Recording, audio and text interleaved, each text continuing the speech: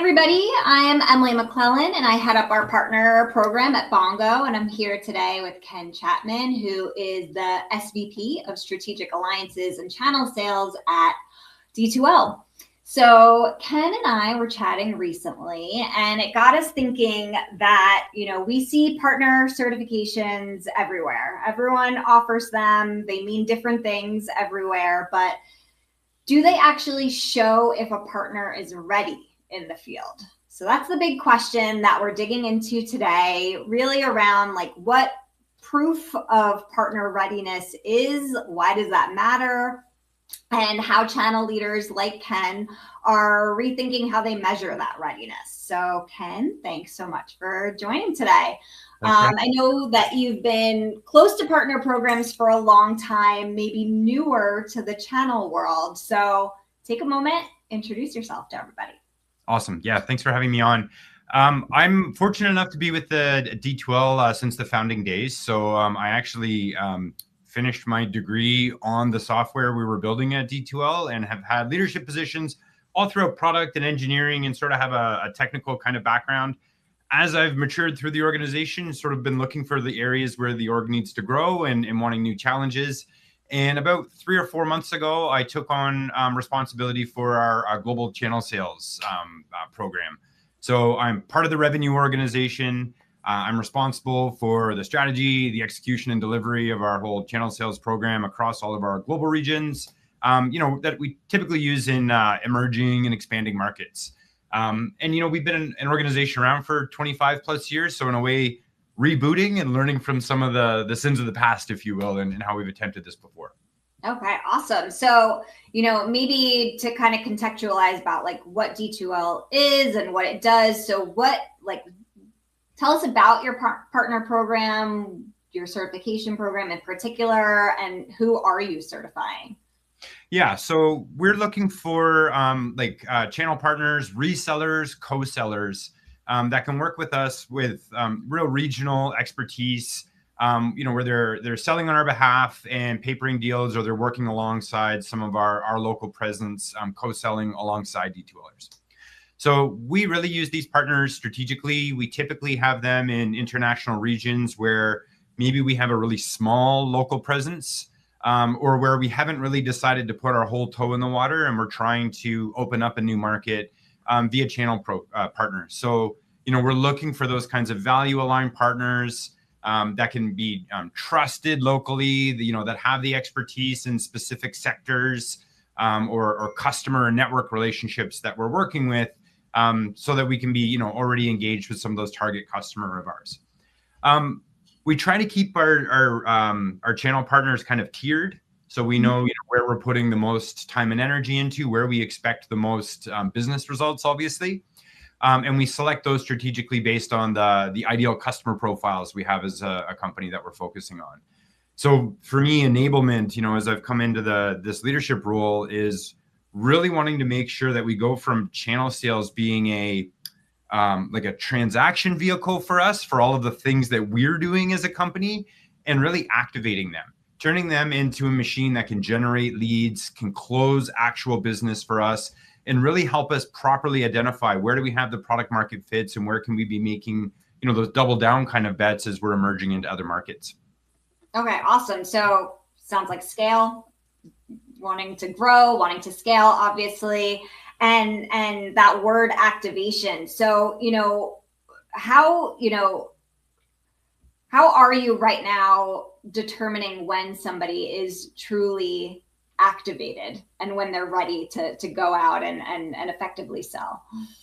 Yeah, I'm in the process of launching a brand new enablement program. So there's kind of the old way and the new way. So, the old way, I don't know that there was a objective, well-defined, consistent, particularly consistent across leaders or regions way of knowing someone is ready to go. Not always did we even have the ability to know who had even attempted to go through some of the materials that had been sort of cobbled together. So a lot of the times it became an issue of, maybe a squeaky wheel or somebody that had some strong relationships or connections to subject matter experts in our company. They might be ready, and people know that because they've spent a disproportionate amount of time for them. But in any programmatic way, it was really difficult for us to know with any confidence who's ready. So I can talk about the, sort of the new way that we're at now. Yeah. I'd love to hear that. So, and also, before you talk about the new way, what you touched on it a bit, but what were the risks in doing it that previous way that kind of made you think, oh, there's got to be a better way? Yeah, it's scale. I didn't want to hire a team of 8 channel managers that were all over in every single region and needing to embed themselves really deeply to do things that I thought could be done really well, more consistently, in a scalable way, kind of at the program level. So the risks for me were, you're spending a lot of time and energy on one-on-one meetings, or you're potentially shortcutting a process and ending up with, the results that come with that. As I said, some lucky partners get lots of love, and some individuals get lots of white glove treatment, and that's generally at the expense of others, or at the expense of, an entire opportunity or market region. So I think to have any kind of consistency and discipline across regions, we have to have a really strong certification, and one that maps to more of an authentic validation that they can do the job and they can do it, in a way that befits our brand. So, in the past, I think we had some success with things like discussions online. We did some live sort of group training sort of sessions, but again, those are only so scalable, and discussions are only so engaging when, we all know if you've been, with prospects, you're right in the fire, and there's lots of fast firing that needs to happen in someone's brain and their ability to talk to it.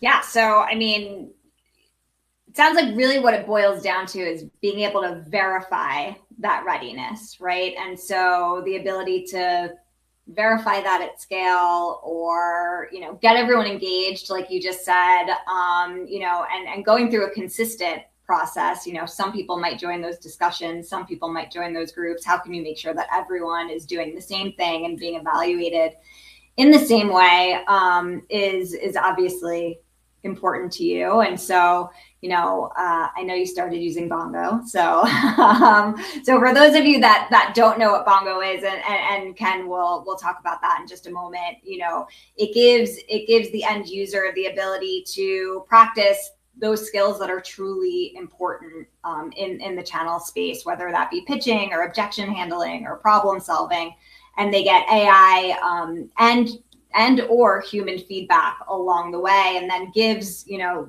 you the ability to have that kind of video proof that they can do the thing that you want them to do. So just talk about kind of the next gen version of this channel program.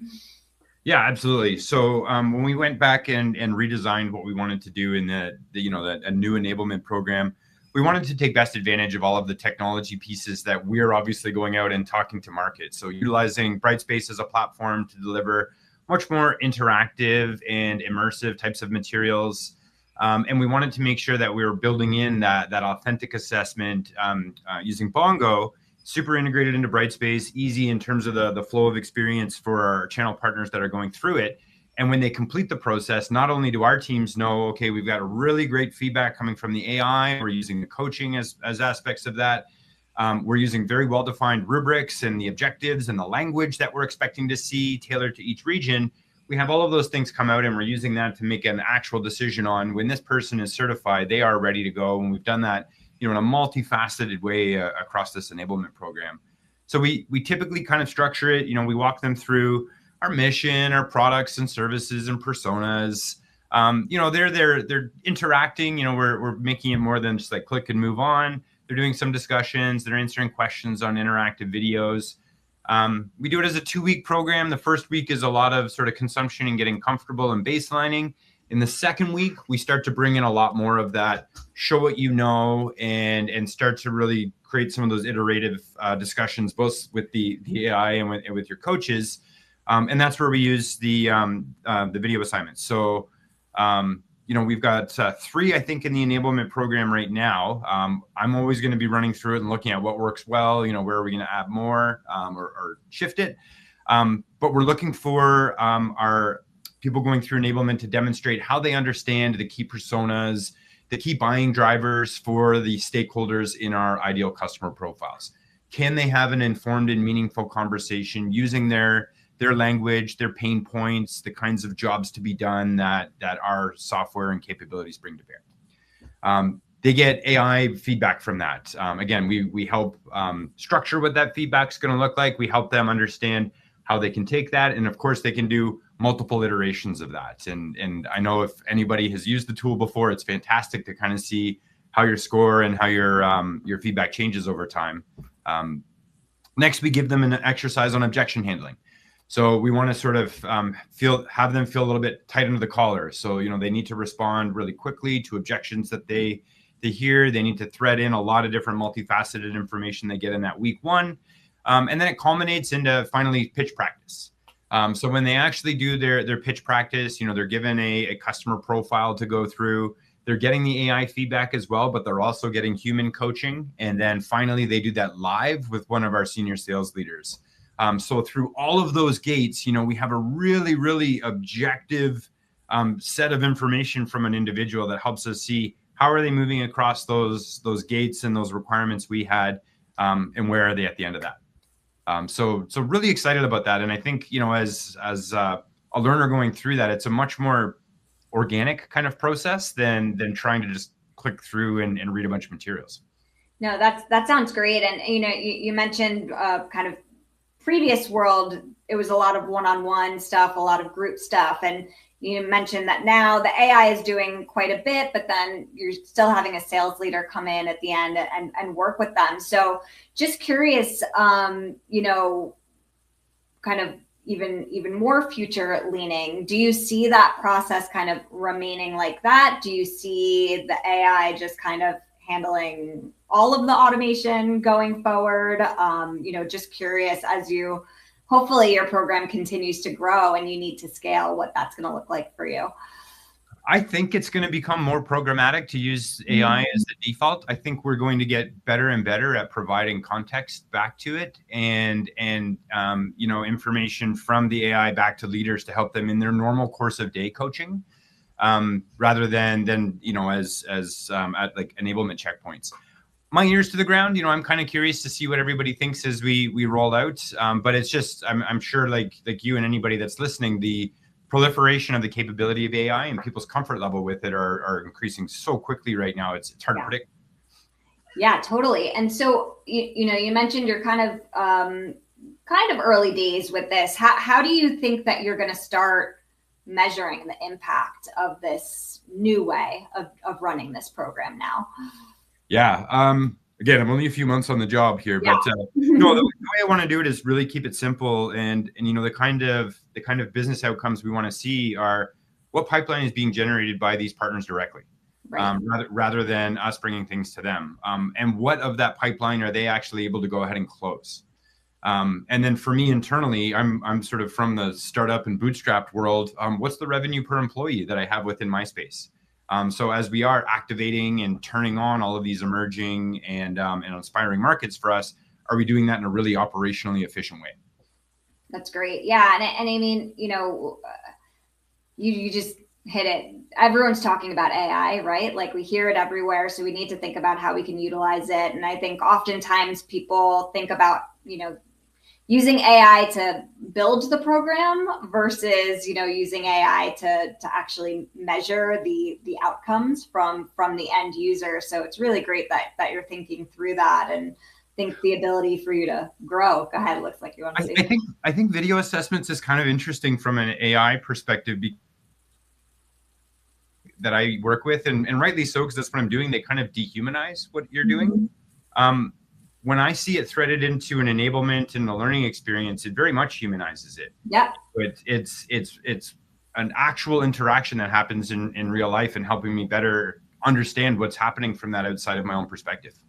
Yeah, that's awesome. And, one thing we've heard too is, there's obviously a lot of content and actual, enablement that happens before they're getting to this assessment. And so it's probably going to be really interesting for you going forward as these users run through this program to even reflect on, what are the materials that we're serving up to them, what's hitting, what's not hitting, what can we improve on. So I think you're going to be able to get a lot out of that. So I think it's, when we think about traditional certification, and oftentimes it's just straight multiple choice, there's a time and a place for that. And that definitely does assess knowledge. But, now you taking it this next kind of step of, all right, you have the knowledge. How are you actually going to apply that knowledge is very cool. Yeah, exactly. Yeah. So, very early days, but you've been with D2L for quite some time. I'm sure you're going to stick around for a long time and see this program through. So how do you really see this program growing in the next, 1 to 2 years? Yeah, I've always been a fan of, when getting in and reworking a function or starting a function is to make sure to sort of crawl, walk, and run. And so I think we're sort of in the crawling to walk phase right now. What I want to do is demonstrate to my organization that this channels org is an efficient engine that can drive growth in emerging markets and allow us to scale as a company that we haven't been able to do or wouldn't want to have done in a direct investment sort of capacity. So to do that, I think I need a really strong reputation internally as a lean, effective group that delivers amazing partnerships. And, ultimately we see the pipeline and bookings that come from it. So my plan is just to, thin slice, deliver around those really strong tier 1 strategies we have now, and then grow and expand. That's awesome. So yeah, I just, I think we kind of covered it of, what people are currently doing now and how people can utilize all of the AI and technology that's out there to really grow that program and do what channel leaders want to do, which is grow those activations, make sure they're effective activations, right? And that you're growing your pipeline and are able to prove that credibility that you need. So thank you so much, Ken, for joining us today. Pleasure. Thanks for having me, Emily. Yeah, and I'm sure everyone can find you on LinkedIn if they have any questions to ask you. So thanks again. All right, bye everybody.